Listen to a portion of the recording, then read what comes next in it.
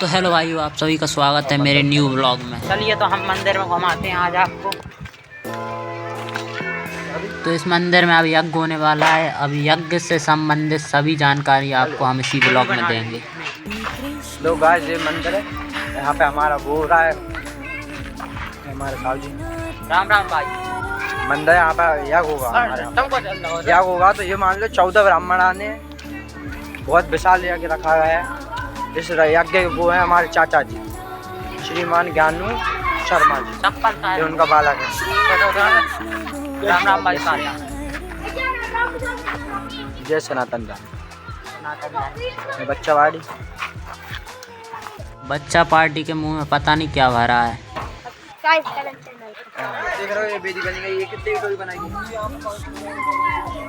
ये वेदी लगभग 300 ईंटों से बनी हुई और है। यहाँ पे देखो गाइस, सब प्लस कलश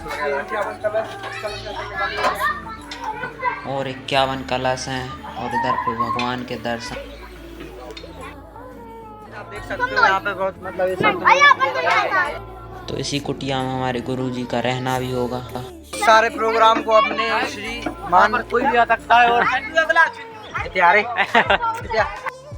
तो अब हम गुरुजी का इंटरव्यू लेंगे और उनसे पूछेंगे कि यहाँ क्या क्या होगा। पूछिए, आ गए ब्लॉगर है जी। ब्लॉगर बनना वेरी गुड अभी चालू महाराज जी। बहुत वो नर्मदा जी की परिक्रमा करते करते आज आप मुझे टकरा गया, जो बहुत सुख की अनुभूति हो रही है। आप कब से अज्ञातवास में हैं आप? देखिए, मैं बाबा नहीं हूँ, मैं पहले क्लियर कर दूँ। अभी तो गुरु जी, हम ये जानना चाह रहे हैं, आज यहाँ पे कथा पंडाल लगा हुआ है, बहुत ही भव्य माहौल है बेलोट नगरी का। यहाँ पे किस चीज़ का आयोजन किया जा रहा है? देखिए, ये द्वादशाक्षर मंत्र है जो ध्रुव और प्रहलाद को नारद जी ने प्रदान किया था, और भगवान नारायण का मंत्र है ओम नमो भगवते वासुदेवाय। ये भागवत जी का भी मंत्र है, गीता में भी उल्लेख है। इस मंत्र का पुरस्करण किया जा रहा है और उस उपलक्ष्य में ये नारायण यज्ञ किया जा रहा है। ये यज्ञ पंडित श्री वेद प्रकाश मिश्रा जी की पुण्यतिथि, प्रथम पुण्यतिथि, हमारे पिताजी की प्रथम पुण्यतिथि के अवसर पर किया जा रहा है। इस यज्ञ में ये पूरा प्रयास हम ठाकुर जी की कृपा से कर रहे हैं कि सभी अपने पितरों को, क्योंकि हमारे पिताजी का एक सिद्धांत रहता था कि भगवान ने हमें सक्षम बनाया तो हमें दूसरों के लिए करना चाहिए। तो उन्होंने जितने भी कार्यक्रम इस देवनगरी बेलोट में किए हैं, तो उन्होंने यही कहा था कि सर्वजन हिताय सर्वजन सुखाय की भावना के साथ ये किया जाए। तो उसी उपलक्ष्य में ये कार्यक्रम रखा गया है। इसमें द्वादशाक्षर जो मंत्र है उसके पुरस्करण का कार्यक्रम रहेगा, यज्ञ होगा, मार्जन होगा, तर्पण होगा। साथ में जो भी तन और मन से भी यहाँ पर लगे रहेंगे उनका भी भगवान कल्याण करे, विश्व का कल्याण हो, इस भावना के साथ ये हो रहा है। जो लोग माला कर सकते हैं संकल्पित होकर, वो मालाएं करें, अपने कार्य के लिए करें, अपने पितरों के लिए करें, या जैसा भी उनका जो भी समस्या हो, निवारण चाहते हो, भगवान की शरण में आना चाहते हो, वो सभी अपनी अपनी माला पंचपात्री लाकर यहाँ पर संकल्पित हो और जाप करें। ऐसा हम लोग का ये नियम बना। और गुरु जी, मैंने सुना है कि आप मुख्य यजमान के तौर पे आप ही पूजा करेंगे। तो गुरु, जिस हिसाब से मैंने देखा, ये कुटिया में आप विराजे हैं, जो कुटिया में ही रह के इसी तरह की पूजा का विधान है क्या? देखिए, पहले मैं आपको स्पष्ट कर दूँ कि प्रधान यजमान जो रहता है वो पूरे नियम संयम से रहता है। दूसरा पॉइंट ये है, ये माघ का महीना चल रहा है। माघ के महीने में तीर्थ क्षेत्रों पर, पवित्र नदियों के तट पर, हमारी गंगा मैया, यमुना मैया, नर्मदा मैया, इनके तट पर यज्ञ वगैरह जहाँ पर होते हैं उन पे के मतलब पास में यहाँ पर थोड़ा सा ऐसी भौतिकतावाद की चीज़ों से दूर रखा जाता है जिससे आपका भजन में मन लगे। तो ये जो है, ये जो आप देख रहे हैं, कुटिया जो देख रहे हैं, और ये हमारी जो ध्रुवा घास देख रहे हैं जिसको गोंदरा कहते हैं, ये पवित्र घासों में 6 घासों में मानी जाती है। इसीलिए हम यहाँ पर अपना निवास बनाए हुए हैं और यहाँ पर हम प्रयास करेंगे हम भगवान को, ठाकुर जी को कितना मना सकते हैं। गुरु जी, ये नारायणी यज्ञ जो है, सुनने में आया है कि अपने इस क्षेत्र में, बांसुरा क्षेत्र या जिले में, मैंने कभी सुना नहीं है किसी ने किया हो। मतलब इसकी विधान या कुछ बड़े स्तर का रहता है कि ये देखिए, हर कोई नहीं कर सकता? नहीं, ऐसा कुछ नहीं है। ये आप अपने घर पे भी कर सकते हैं।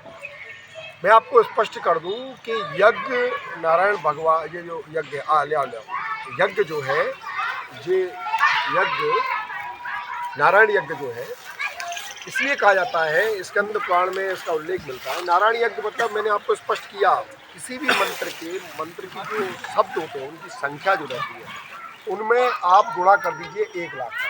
तो उसका पुरस्चरण आ जाता है। और पुरस्चरण क्या होता है? 12 लाख।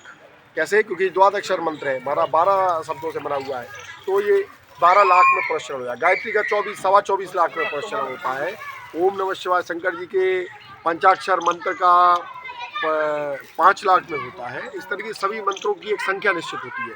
तो हमारे गुरुजी हैं श्याम लाल जी महाराज, तो उन्होंने ऐसा आदेशित किया था, उनको ऐसा उन्होंने कई यज्ञ किए हैं, उन्होंने ऐसा बताया कि ये यज्ञ अभी इस जिले में कहीं भी नहीं हो पाया है। उसका कारण ये है कि इसलिए नहीं कि कोई कर नहीं सकता है, वो इसलिए नहीं हो पाया कि लोगों को ज्ञान नहीं रहता है, पुरस्चरण क्या होता है इत्यादि के बारे में ज्ञान नहीं रहता। ये आपके घर में भी हो सकता है, लेकिन क्या है कि घर में 12 लाख जाप होना, फिर उसका 10% मतलब 2 लाख की आहुतियाँ होना, फिर उसके बाद फिर इसलिए यज्ञशाला बनाई जाती है। ये आप घर में भी कर सकते हैं ऐसा। घर आपका साफ सुथरा हो, क्योंकि यज्ञ बहुत बड़ा होता है, तो मंदिर तीर्थ क्षेत्र ज़्यादा उचित माने जाते हैं। गुरु जी, अब एक बात आई, जैसे कि अब सुनने में आया आप पुलिस में जॉब करते हैं।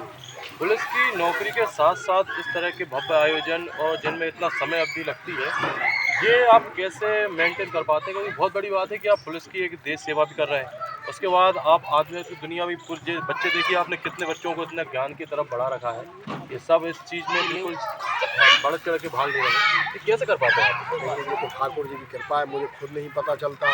अभी वही वाली बात, मुझे कई रिलेटिव्स आए थे तो वो बता रहे थे कि आप व्यास गति पे आप समझ में नहीं आते कि आप कथा कर रहे हैं, आप हमारे कोई लगते हैं। हमने कहा देखिए, तो ठाकुर जी की कृपा है, ये कैसे मैनेज हो रहा है मैं खुद नहीं जानता हूँ।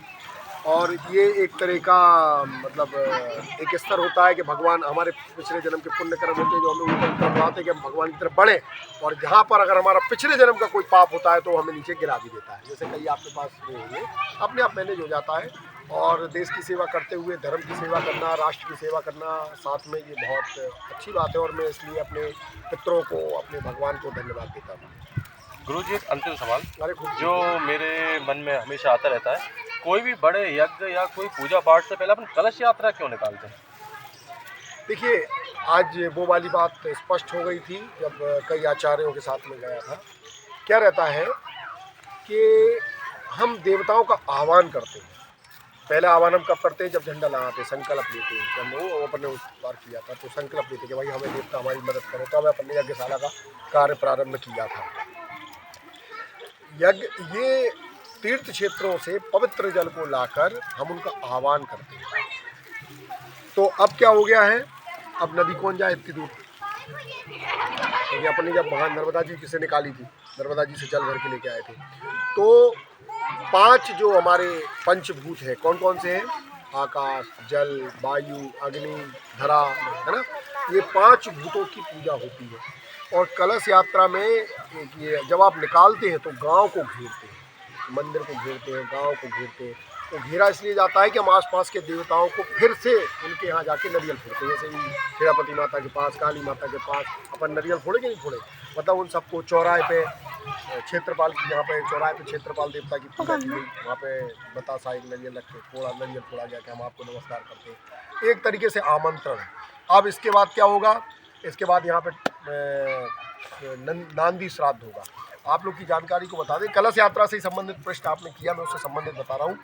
लोगों को पता नहीं है, जो अपना मंडप बनता है शादी का, उसमें भी पितरों की पूजा की जाती है, उसको नांदी श्राद्ध कहते हैं। मतलब पितरों का भी आह्वान किया जाता है।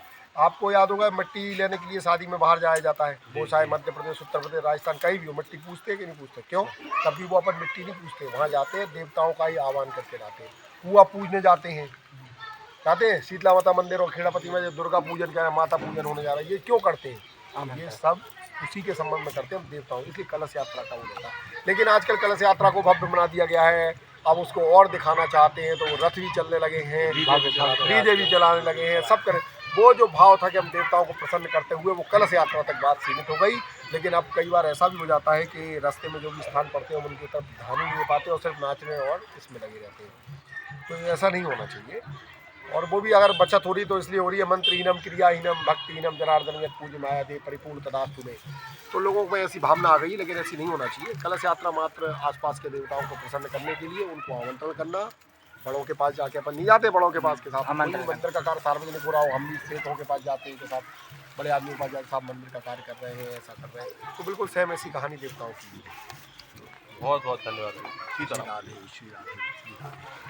ब्लॉगर जी आप थोड़ा बाहर का पंडाल वगैरह दिखाएं तो चलिए हम आपको इधर का नज़ारा दिखाते हैं। कृष्ण गोविंद